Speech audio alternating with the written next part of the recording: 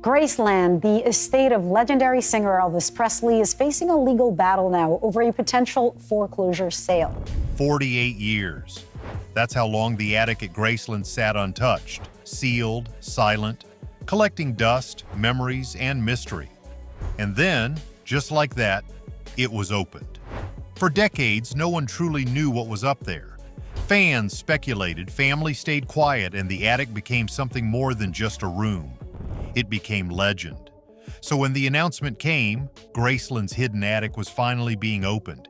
It wasn't just news. It was an emotional tremor felt across generations. The king's home was about to reveal one of its last untold secrets. Outside the gates of Graceland, a quiet buzz turned into a storm. Devoted fans, some who'd been there since 1977, gathered with candles, cameras, and hope. You could feel it in the air. It wasn't just curiosity, it was reverence. For many, it was like being invited into Elvis's soul.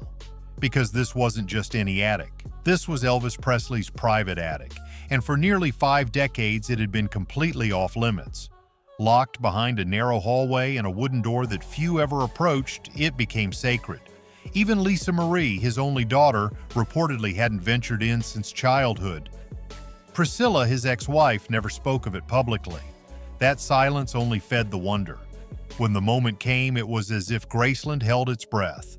Archivists and caretakers, gloved and whispering, stepped into a place frozen in time.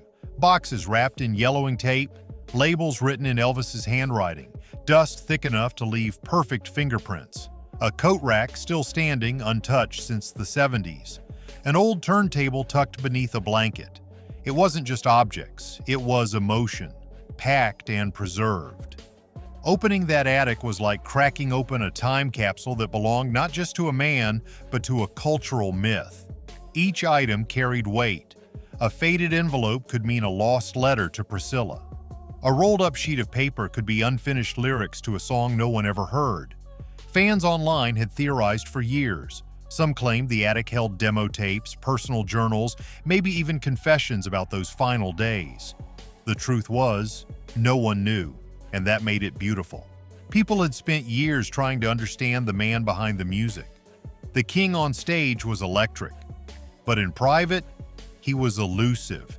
The attic somehow became symbolic of that private self, a place where Elvis the human, not the icon, left his imprint. And now, all these years later, the world was about to meet him again. Not through tabloid stories or Hollywood reenactments, but through the things he left behind. As the first boxes were carefully lowered down the narrow attic stairs, silence fell again. People wept, some smiled, others stared. It was more than nostalgia.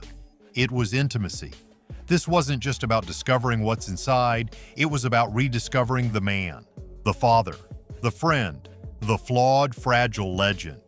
For so long, Elvis's story has been shaped by the noise, scandals, rumors, medical reports, and myths. But this attic, it told a different story, a quieter one, a personal one, and maybe, just maybe, the truest one of all. In that moment, as sunlight hit the dusty boxes for the first time in decades, Graceland didn't just open a door, it breathed again. To understand why the attic stayed closed for 48 years, we have to go back to the moment everything changed, August 16, 1977. That day, Elvis Presley died at Graceland, and in a single afternoon, a family home turned into a monument. What had once been filled with music, laughter, and movement suddenly became still.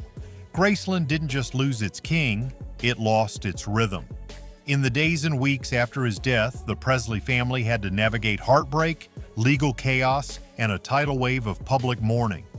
Thousands gathered at the gates, millions tuned in, and behind closed doors, Lisa Marie was just a 9-year-old girl who lost her father.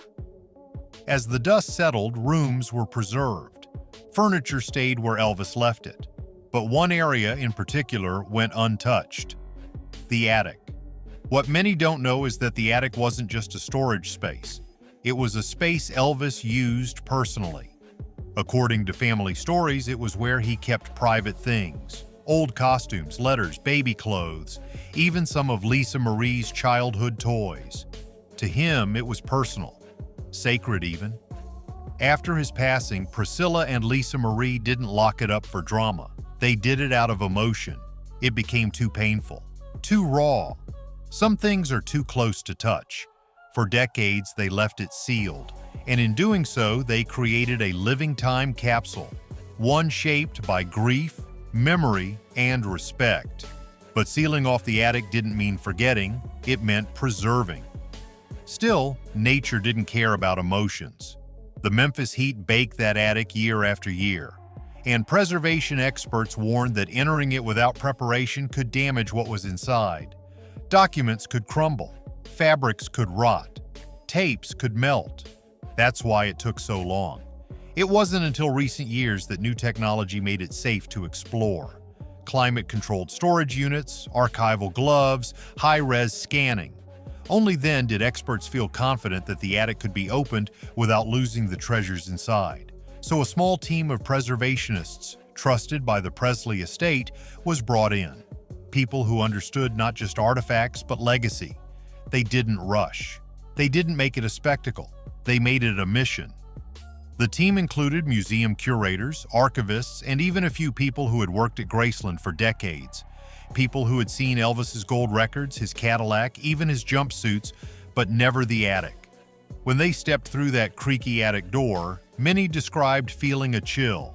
Not fear, not superstition, something else. Reverence. Like they were stepping into someone's memory. And that's exactly what it was. They found storage bins stacked beside hand-labeled cardboard boxes. A coat draped over a chair, records still in sleeves. A small note taped to the wall written in Elvis's handwriting, reminding himself to call Jerry. No one knows who Jerry was, but it was real, untouched, personal. And that was just the beginning.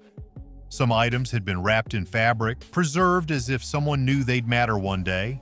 Others were in more fragile condition, weathered by time. But the overall feeling? Care. These weren't discarded leftovers, they were chapters from a life.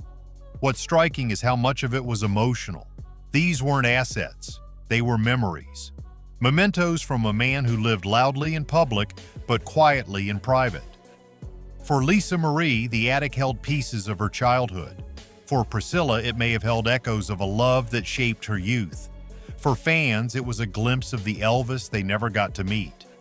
And for the preservationists, it was like finding pages of a book thought lost forever. That's why the attic was locked. Not out of secrecy, but out of love. And now, all these years later, it's finally open. Not just to historians or collectors, but to anyone willing to see Elvis not as a legend, but as a man. 48 years of silence were broken with a single creak of a floorboard. And what came next?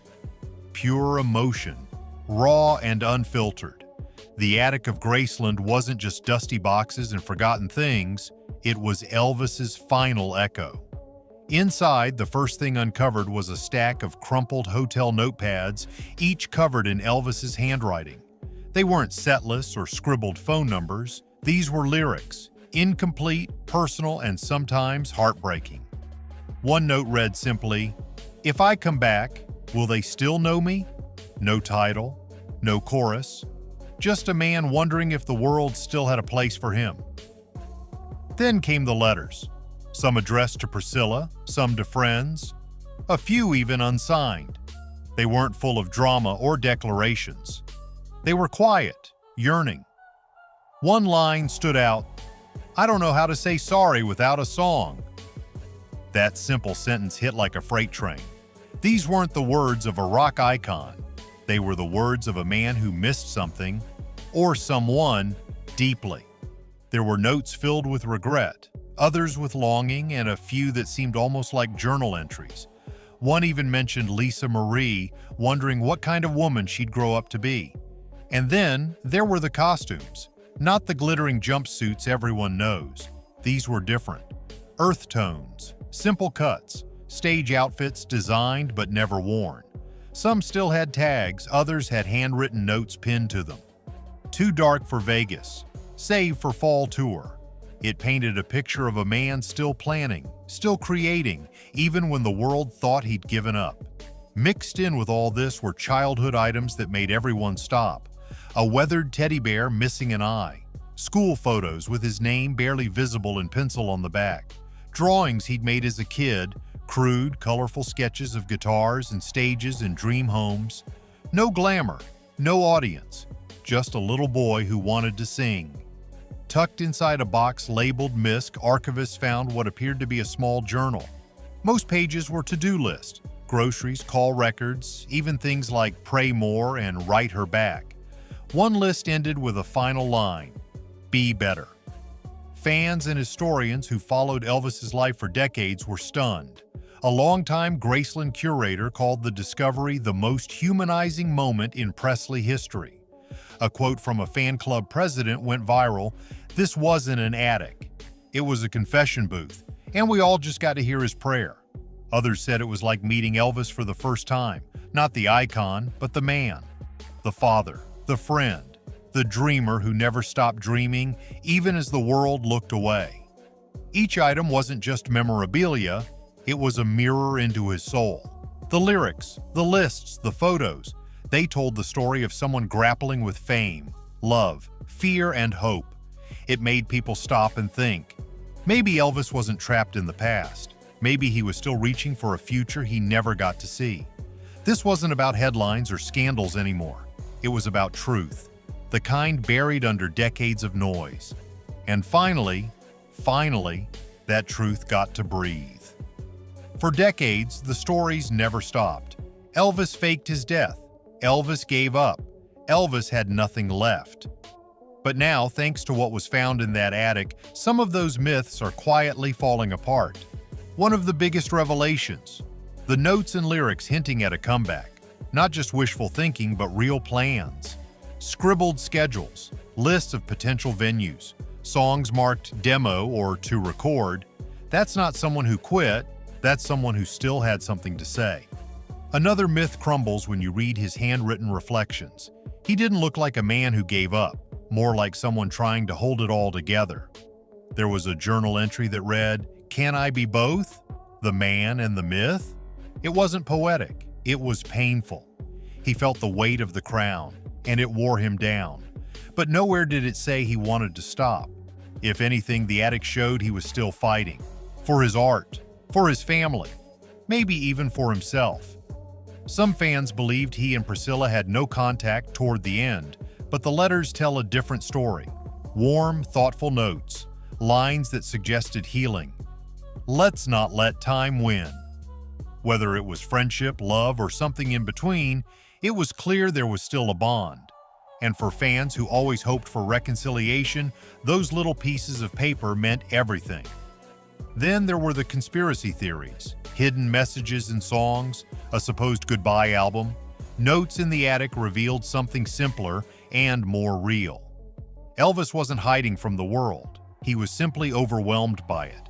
In a note marked 1976, he wrote, "I miss silence." That one sentence probably says more than any theory ever could. The attic also forced everyone to revisit the media image of Elvis. The bloated jokes, the impersonator culture, the endless parodies.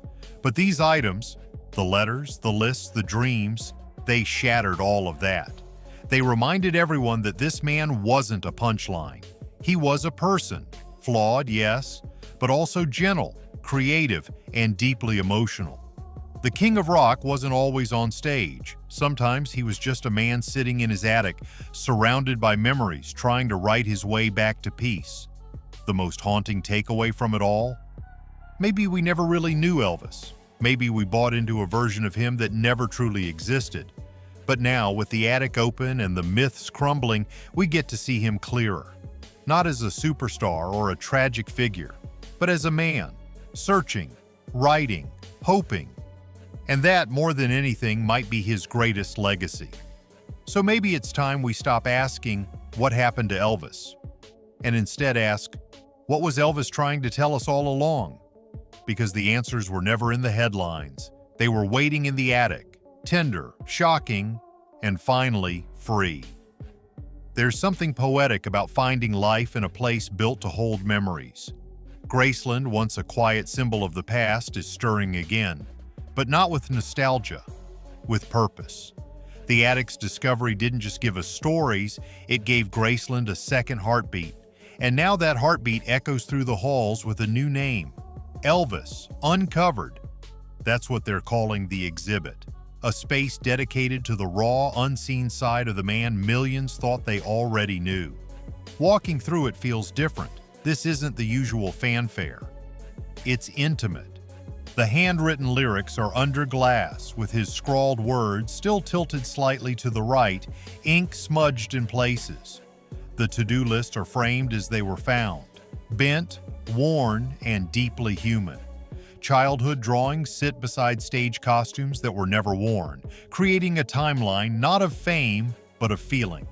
Each artifact isn't just displayed, it's explained, not by curators alone, but by those who knew him best. Lisa Marie's voice, softly playing through a recording near the exhibit's entrance, offers perhaps the most moving reflection. "This was the Elvis only we knew," she says. "The dad, the dreamer, the man still trying." Even if her words were imagined from things she said in the past, they ring true. This isn't just a museum anymore. It's a letter from Elvis to the world, finally opened after all these years. And here's the twist. The ones most drawn to this letter aren't who you'd expect. It's not just baby boomers and die-hard collectors, it's Gen Z. Teenagers with vinyl collections and TikTok accounts. Young creators are remixing Elvis's vocals with modern beats. AI covers of his voice singing today's hits are racking up millions of views. The biopic that hit theaters last year? It didn't just revive his catalog, it sparked a movement. Suddenly, young fans are quoting lyrics from "If I Can Dream" and debating his place in music history like he just dropped a new album last week. There's something about his voice, full of ache and awe, that still connects, even across generations. And maybe that's what this attic discovery did best. It peeled back the myth and let the music breathe again. Because when you hear his unfinished lyrics or read his unfiltered thoughts, you realize he wasn't trying to be a legend. He was trying to be understood, and somehow that still resonates. Graceland has responded to this new wave of attention with a sense of renewal. They're integrating digital experiences, letting fans leave their own letters in response to his. There's even an interactive display where fans can write what they would say to Elvis if he could hear them now. The goal isn't just to preserve Amigal Tank, it's to continue. Because a legacy, if done right, doesn't end. It evolves. That's what this whole chapter of discovery has become. Not an ending, not a curtain call, but a bridge. From the man Elvis was to the memory we now carry. He's no longer just the king of rock. He's something rarer, a symbol of how art, love, and longing can outlive the spotlight. So next time someone says Elvis is old news, remind them, the attic wasn't silent, it was just waiting. And now, with new eyes and open hearts, we finally get to hear what it had to say. So now we turn it over to you. Which attic item surprised you the most? Was it the unworn costumes, the raw, unfinished lyrics, or maybe that one heartbreaking line, "Be better"? We want to hear your thoughts. And here's a question worth pondering. Do you think Elvis was trying to tell us something all along? Drop a comment below and let us know. Which discovery touched you the most? Was it the forgotten love letters, the cryptic journal notes, or those stage costumes he never wore? We'd love to hear your thoughts on what these personal treasures reveal about the man behind the music. And if you're as fascinated as we are, just wait, because this story isn't over. There's more to Graceland than meets the eye. Rumors are already swirling about what they found in the basement, and trust us, it's just as haunting, just as revealing, and maybe even more surprising than the attic. That reveal is coming very soon, and you won't want to miss it. Make sure to subscribe and turn on notifications so you're the first to know. Because legends like Elvis ? They don't disappear. They whisper through time, wait in the quiet, and sometimes they leave behind a song still waiting to be heard.